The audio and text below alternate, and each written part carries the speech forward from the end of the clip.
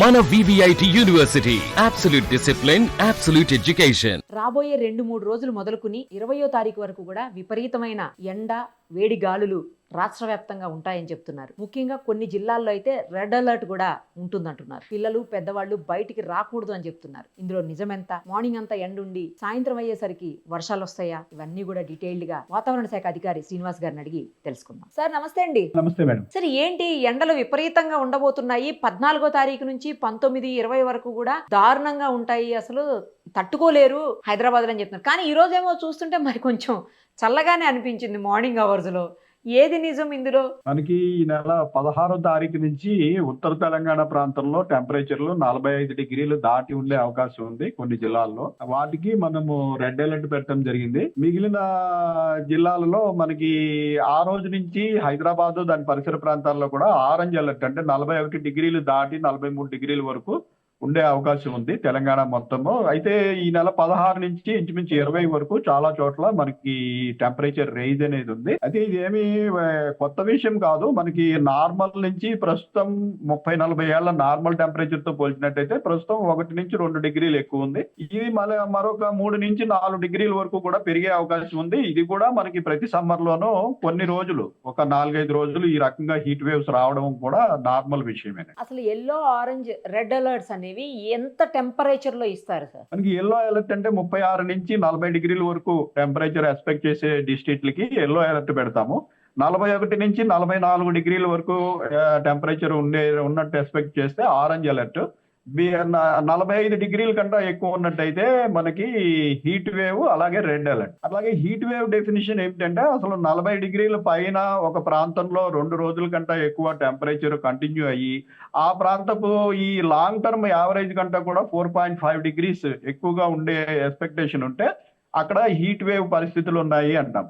అట్లా కాకుండా అసలు టెంపరేచర్ డైరెక్ట్ గా 45 డిగ్రీలు దాటినా కూడా అప్పుడు నార్మల్ తో కంపేర్ చేయనవసరం లేదు. 45 డిగ్రీలు దాటి కంటిన్యూస్ గా 2 రోజులు ఆ ప్రాంతంలో టెంపరేచర్ ఉన్నట్టు ఎక్స్పెక్ట్ చేసినట్టయితే అప్పుడు కూడా మనం హీట్ వేవ్ అలర్ట్ పెట్టడం జరుగుతుంది. ప్రస్తుతం మనకి ఉత్తర తెలంగాణలో నార్మల్ కంటే 4.5 డిగ్రీస్ ఉండదు, 2-3 డిగ్రీలు ఎక్కువ ఉంటుంది 45 డిగ్రీలు దాటినా కూడా. అయినప్పటికీ 45 డిగ్రీలు దాటి 2-3 రోజులు అక్కడ టెంపరేచర్ ఉండే అవకాశం ఉంది కాబట్టి నార్త్ తెలంగాణలో రెడ్ అలర్ట్ పెట్టడం జరుగుతుంది. నార్త్ తెలంగాణ అంటే ఏ జిల్లాలు కవర్ అవుతాయండి? నార్త్ తెలంగాణ ఆదిలాబాద్, కొమరం భీం, మంచిర్యాల, జగిత్యాల, నిర్మల్, నిజామాబాద్, ఇటు కరీంనగర్, పెద్దపల్లి, ఈ డిస్ట్రిక్ట్స్ లో మనకి మొదటి రోజు ఒక 3 డిస్ట్రిక్ట్స్, రెండో రోజు 4 డిస్ట్రిక్ట్లు, అట్లా పోయే కొద్దీ కొంచెం పెరుగుతాయి. ఈ 5-6 డిస్ట్రిక్ట్లో మటుకు 45 డిగ్రీలు దాటి ఉండే అవకాశం ఉంది. 16వ తారీఖు నుంచి రాష్ట్రంలోని అన్ని జిల్లాల్లోనూ కూడా 41 డిగ్రీలు దాటి టెంపరేచర్ ఉండే అవకాశం ఉంది. 41 నుంచి 43 డిగ్రీల వరకు టెంపరేచర్ ఉండే అవకాశం ఉంది. సో రాష్ట్రం అంతా కూడా ఆరెంజ్ అలర్ట్ లో ఉంటుంది 16వ తారీఖు నుంచి. ఈ నార్త్ తెలంగాణలో ఇప్పుడు చెప్పిన డిస్ట్రిక్ట్లు మటుకు రెడ్ అలర్ట్ లో ఉంటాయి. మరి మన హైదరాబాద్ పరిస్థితి ఏంటండి? హైదరాబాద్ లో హీట్ వేవ్స్ ఏమన్నా వచ్చే అవకాశం ఉందా? లేకపోతే మనం ఏమన్నా ఆరెంజ్ అలర్ట్, రెడ్ అలర్ట్ లోకి వెళ్తామా, లేకపోతే ఎల్లోలోనే ఉంటామా? మనం ప్రస్తుతం ఈ రోజు ఎల్లోలో ఉన్నామండి. రేపటి నుంచి ఆరెంజ్ అవుతుంది. 41 దాటే అవకాశం ఉంది రేపటి నుంచి. అయితే హైదరాబాద్ లో హీట్ వేవ్ అయితే ఎక్స్పెక్ట్ చేయడం లేదండి. హైదరాబాద్ లో 41 to 43 డిగ్రీస్ మధ్యలోనే రాగల 4-5 రోజుల్లో టెంపరేచర్ ఉండే అవకాశం. అంటే కొంచెం సమ్మర్ వచ్చే టైంలో, సమ్మర్లో ముఖ్యంగా ఎస్పెషల్లీ ఎండింగ్ వచ్చేటప్పుడు రోహిణీ కార్తె అని ఉంటుంది.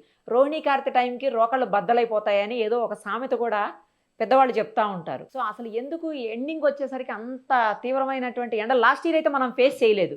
లాస్ట్ ఇయర్ కొంచెం మంచిగా ఉంది, బాగుంది, ఇంత వేడైతే లేదు. కానీ ఈ సంవత్సరం మాత్రం దారుణంగా ఉండబోతుంది అంటున్నారు. మనకి ఈ విండ్ డైరెక్షన్స్ మీద ఆధారపడి ఉంటుందండి. మనకి అది ఎంత పీక్ సమ్మర్ అయినప్పటికీ మనకి విండ్ డైరెక్షన్స్ కనుక ఇటు వెస్టర్లీ డైరెక్షన్, ఈస్టర్లీ డైరెక్షన్ నుంచి విండ్స్ వచ్చినట్టయితే మనకి మాయిశ్చర్ ఇన్కర్షన్ ఉంటుంది. అప్పుడు అంత టెంపరేచర్స్ పెరగవు.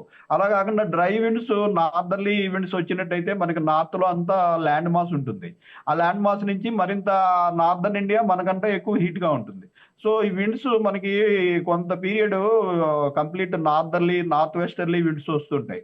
నార్త్ వెస్టర్లీ విండ్స్ వచ్చినప్పుడు మనకు ఆల్రెడీ టెంపరేచర్స్ ఎక్కువ ఉంటాయి. అక్కడి నుంచి వచ్చేవి కూడా dry winds with hot air రావడం వల్ల మనకి టెంపరేచర్స్ గ్రాడ్యువల్ గా పెరగడం అంటూ ఉంటుంది. ఇప్పుడు 16 నుంచి 20 వరకు ఇదే పరిస్థితి ఉంటుందా సార్? అంతేనండి, ఇంచుమించు.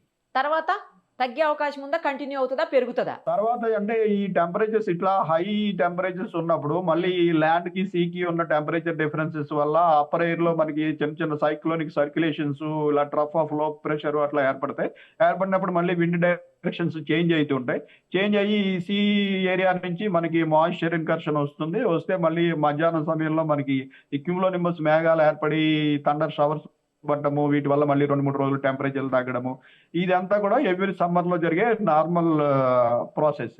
సో రాబోయే కొద్ది రోజులు పిల్లలు పెద్దవాళ్ళు బయటికి ఎండలో వెళ్ళకుండా ఉంటే బెటర్ అంటారు. అంతేనండి.